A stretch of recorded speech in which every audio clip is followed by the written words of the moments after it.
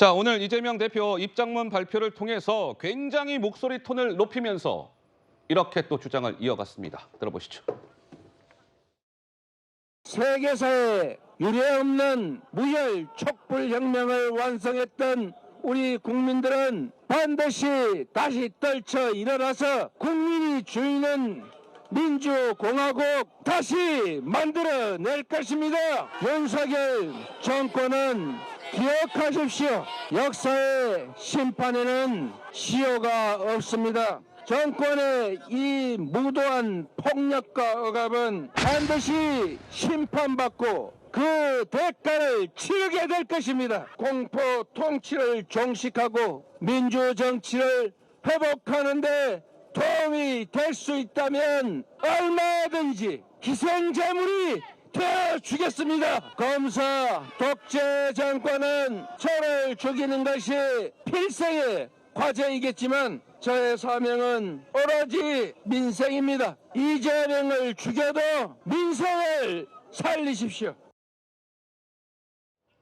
네, 굉장히 평소와는 다르게 이재명 대표가 강경한 메시지들을 쏟아냈습니다. 검사 독재 정권, 윤석열 정권은 검사 독재 정권입니다. 이재명 저를 죽이는 게 필생의 과제겠지만 이재명을 죽여도 좋으니 민생은 살리십시오.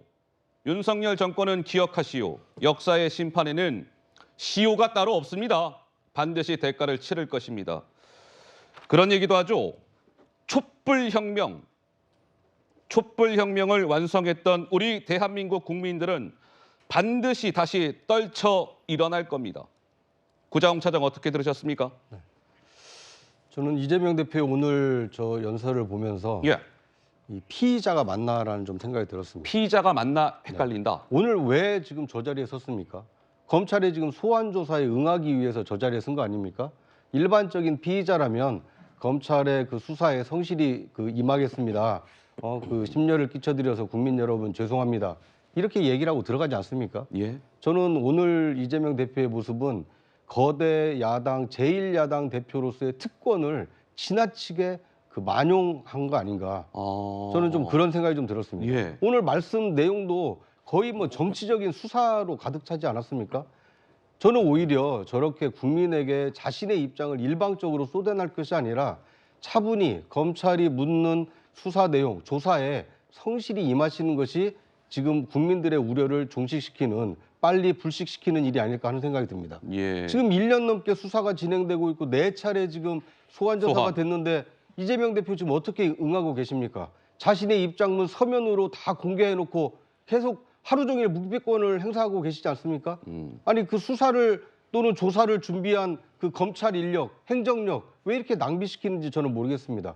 오히려 저렇게 국민에게 강한 어조로 자신의 어떤 입장을 일방적으로 쏟아낼 것이 아니라 검찰이 묻는 말에 CCBB를 분명히 가려서 왜 이것은 잘못된 조사고 왜 이것은 잘못된 혐의인지 자신의 무죄를 입증하기 위해서 성실하게 노력하시는 것이 지금 자신을 향하고 있는 사법 리스크에서 벗어나는 길이지 저는 오히려 검찰의 정당한 수사를 자꾸 정쟁화하고 정치화하고 있는 것이 이재명 대표가 아닌가 하는 생각이 듭니다.